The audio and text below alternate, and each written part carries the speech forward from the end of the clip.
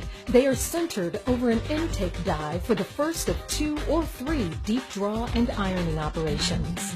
This tooling is made from either high-grade tool steel or it is sometimes inserted with carbide to provide better wear resistance.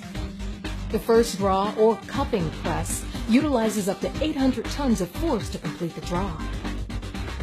After the cup exits the last ironing die, stripper jaws are engaged to remove the cup from the mandrel. After annealing, cleaning, and relubrication operations, first draw cups and secondary cups are processed through the final draw.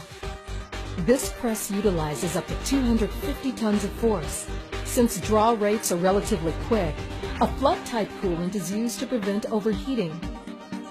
Most scuba cylinders are produced in 3 draws, each performing approximately 60% reduction of the material diameter and thickness. The deep draw and ironing process produces scuba cylinders with optimum buoyancy characteristics due to excellent wall thickness control.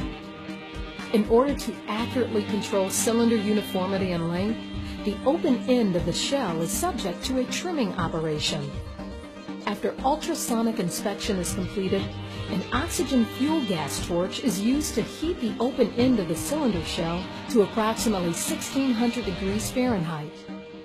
The hot spinning process is used to form the upper portion of the cylinder. It is placed into a spinning lathe that operates at about 1000 RPM and is programmed using CNC technology. Using synchronous movements of 2 axes, the machine gradually forms the shoulder and neck areas of the cylinder. The hot spinning process must be carried out with care and expertise so that folds or other defects are not introduced into the neck area of the cylinder. Shoulder profiles are normally hemispherical in shape, with a thickness approaching 2 to 3 times the sidewall thickness near the neck. Worthington cylinders are closed completely prior to heat treatment, which minimizes interior oxidation for a smoother surface finish. All cylinders are processed through a direct-fired austenitizing furnace, followed by an aqueous polymer quenchant, and then a direct-fired tempering furnace. These furnaces are computer-controlled to ensure optimum and consistent mechanical properties needed to meet regulatory and customer needs. Cylinders are then machined to provide the required internal thread and O-ring groove if necessary. Machining coolants are 100% synthetic so that hydrocarbons are not introduced into the cylinder. Oxides that are formed during heat treat operations are removed by shot blasting.